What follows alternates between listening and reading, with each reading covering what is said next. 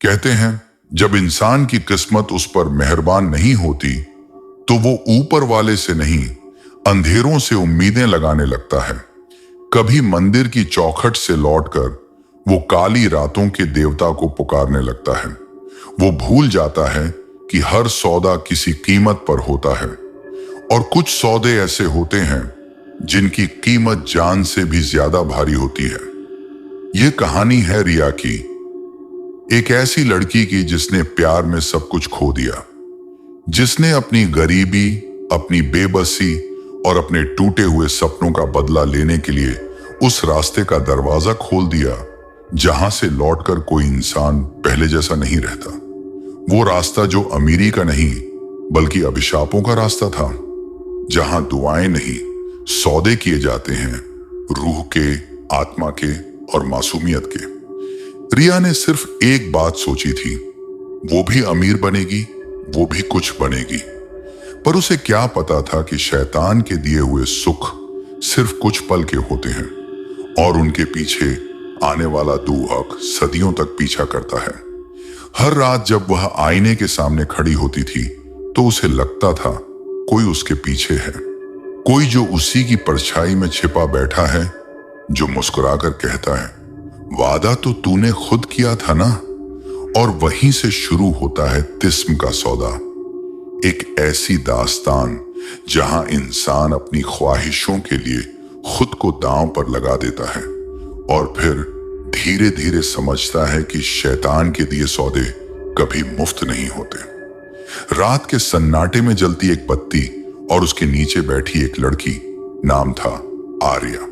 उसके चेहरे पर ना नींद थी ना सुकून, बस एक ऐसा खालीपन जो भीतर तक जल रहा था। दीवारों पर टंगी पुरानी घड़ी की टिक टिक मानो उसकी जिंदगी के हर पल को गिन रही थी। एक और पल गया, एक और सपना टूटा।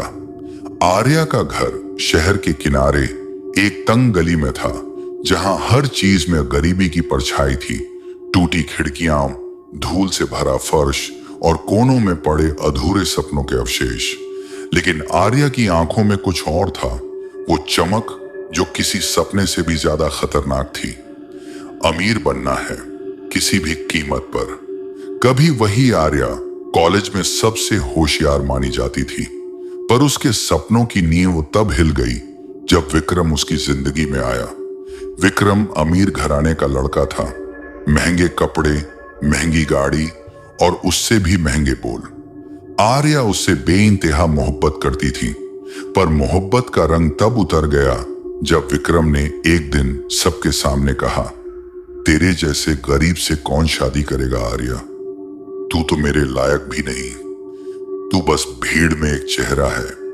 वो दिन आर्या के दिल में किसी खंजर की तरह उतर गया। उसकी आंखों से आंसू नहीं, नफरत टपकी। उस दिन से आर्या ने तय कर लिया, अब उसकी जिंदगी का मकसद सिर्फ एक है, बदला।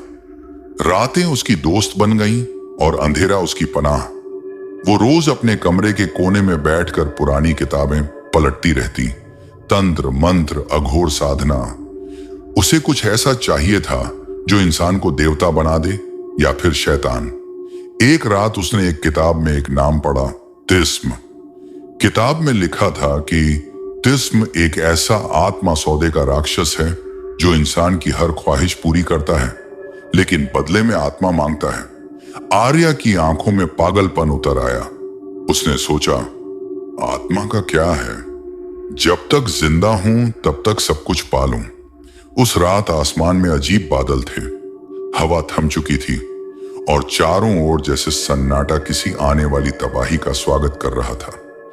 आर्या ने अपने कमरे की लाइट बंद की, जमीन पर लाल गोला बनाया, 4 दिए जलाए और वही मंत्र पढ़ा जो किताब में लिखा था, हे तिस्म, मैं तेरा नाम पुकारती हूं, तू मेरी पुकार सुन, मेरे जीवन का सौदा है। धीरे धीरे हवा भारी होने लगी, दियों की लौ एक साथ हिली और अचानक कमरे का तापमान गिर गया। आर्या का दिल जोरों से धड़कने लगा। कमरे में एक सीलन भरी बदबू फैल गई और फिर दीवारों से जैसे कोई परछाई निकलने लगी। एक भारी टूटी सी आवाज गूंजी, कौन है जो तिस्म का नाम लेता है? आर्या कांप उठी पर पीछे नहीं हटी। बोली, मैं आर्या हूं।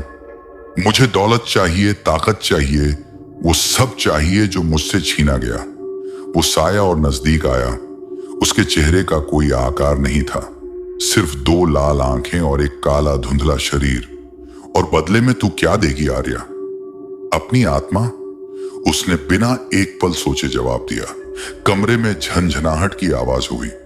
लाल गोले से धुआं उठा और आर्या के चारों ओर हवाओं का चक्र घूमने लगा। उसकी आंखें सफेद हो गईं, बाल हवा में उड़ने लगे। तिस्म ने कहा, तू अब मेरी है। तेरी हर सांस मेरे सौदे की गवाह बनेगी। और उसी रात आर्या की किस्मत बदल गई। अगले ही दिन वो शहर के बीचों बीच एक दुर्घटना की गवाह बनी, जहां एक अमीर व्यापारी की गाड़ी सड़क पर पलट गई। उस व्यापारी के परिवार ने उसका नाम वसीयत में छोड़ रखा था। किसी कारण से सारी संपत्ति आर्या के नाम हो गई।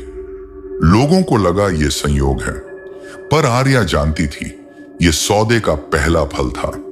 वो अब महंगे कपड़े पहनती, बड़ी गाड़ियों में चलती, और वही समाज जो उसे गरीब लड़की कहता था अब उसके पैरों में झुकता था।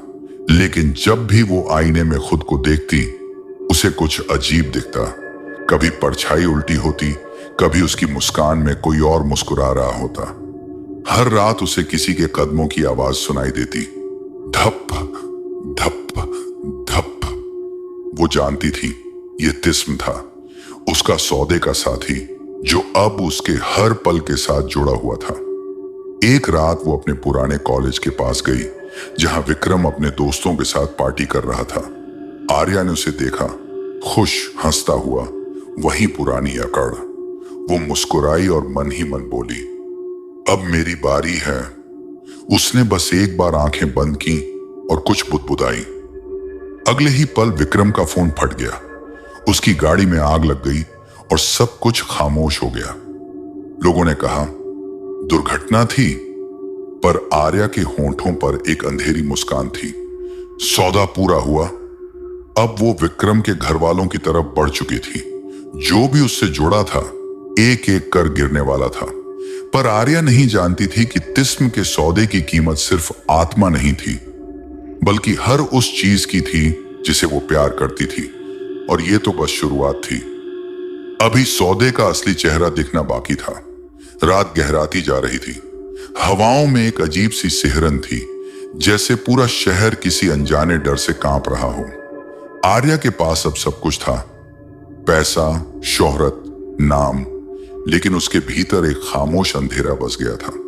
हर सुबह वो आईने के सामने खुद को देखती, पर आईना अब उसे वैसी नहीं दिखती थी जैसी वो पहले थी। कभी उसके चेहरे पर किसी और की परछाई दिखती, कभी उसके पीछे कोई परछाई चलती नजर आती। लेकिन सबसे डरावना वो वक्त था जब वो मुस्कुराती और आईना मुस्कुराता नहीं। धीरे धीरे उसकी हंसी कहीं खो गई। उसकी आंखों में अब सिर्फ नींद नहीं, साया उतर आया था। वो अक्सर रात में जाग जाती। कमरे के कोनों में उसे किसी की सांसें सुनाई देती, धप धप, धीरे धीरे चलती भारी चाल, मानो कोई उसके कमरे में हो।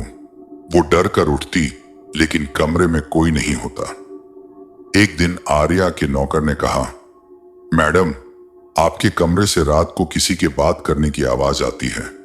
आप किसी से बात करती हैं? आर्या मुस्कुराई, पर उसकी आंखें ठंडी पड़ गईं। हाँ, एक पुराना दोस्त है जो अब मेरे साथ रहता है। उस रात आर्या ने शराब का गिलास उठाया और बालकनी में खड़ी हो गई। सड़क पर दूर दूर तक सन्नाटा था। अचानक उसने देखा, सामने एक दीवार पर विक्रम की परछाई खड़ी थी। वो वही था जो मर चुका था। आर्या का गिलास हाथ से छूट गया। विक्रम धीरे धीरे उसकी ओर बढ़ने लगा। उसकी आंखों से लहू बह रहा था और होंठों पर टूटी मुस्कान थी। क्यों आर्या, अब चैन मिला? आर्या ने चिल्लाना चाहा, पर उसकी आवाज गले में अटक गई। वो भागी अपने कमरे की तरफ, दरवाजा बंद किया और जमीन पर गिर पड़ी। तिस्म, तू कहां है? मैंने तेरे लिए सब किया। कमरे में ठंडी हवा चली और फिर वही आवाज आई, भारी गूंजती हुई। मैं यही हूं आर्या। मैंने तो कहा था हर ख्वाहिश की कीमत होती है, पर तूने तो मेरी बात मानी थी। मैंने तुझे आत्मा दी थी। आत्मा दी थी, हां, पर याद है मैंने कहा था तेरी हर सांस मेरा सौदा बनेगी। आर्या की आंखें फैल गईं। उसे महसूस हुआ जैसे कोई उसके सीने पर बैठ गया हो। उसकी सांसें रुकने लगी। वो चीख पड़ी, लेकिन आवाज बाहर नहीं निकली। तभी आईने में फिर वही साया दिखा, तिस्म का। इस बार उसका चेहरा साफ दिख रहा था। काले धुएं से बना, जलते हुए लहू जैसे आंखें और होंठों पर एक शैतानी मुस्कान। अब वक्त है आर्या, सौदा पूरा करने का।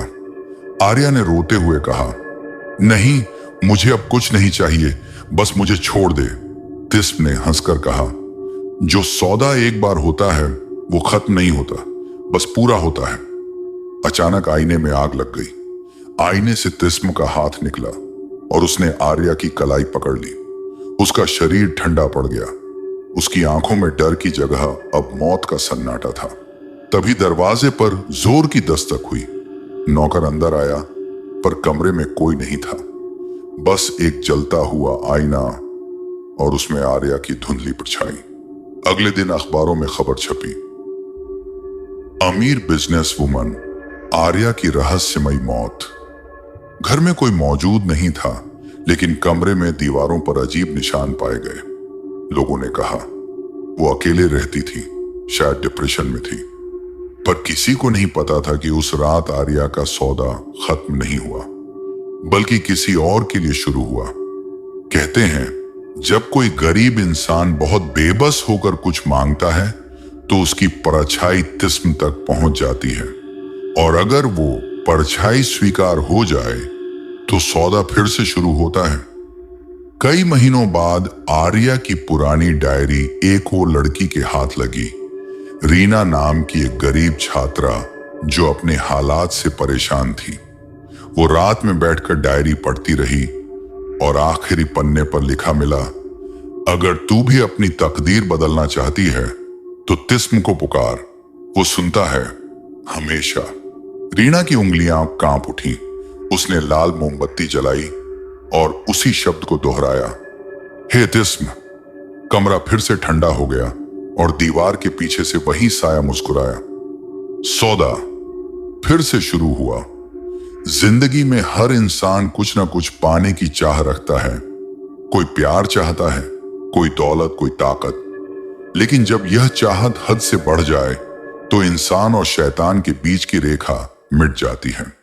तिस्म का सौदा हमें यह सिखाता है कि जो चीजें आसान रास्ते से मिलती हैं वो हमेशा सबसे भारी कीमत मांगती हैं। कभी अपनी नींद, कभी अपना चैन और कभी अपनी आत्मा। कभी कभी इंसान अपने दुखों से भागने के लिए अंधेरे का दरवाजा खटखटाता है, पर उसे यह एहसास देर से होता है कि उस दरवाजे के पीछे सिर्फ शांति नहीं बल्कि शैतान खड़ा होता है। सच्चा सुख किसी सौदे में नहीं छिपा होता, वो तो अपने कर्मों, सच्चाई और सब्र में मिलता है। क्योंकि जो आत्मा अपनी रूह बेच देती है वो फिर कभी चैन से नहीं जी सकती, ना इस दुनिया में ना उस दुनिया में।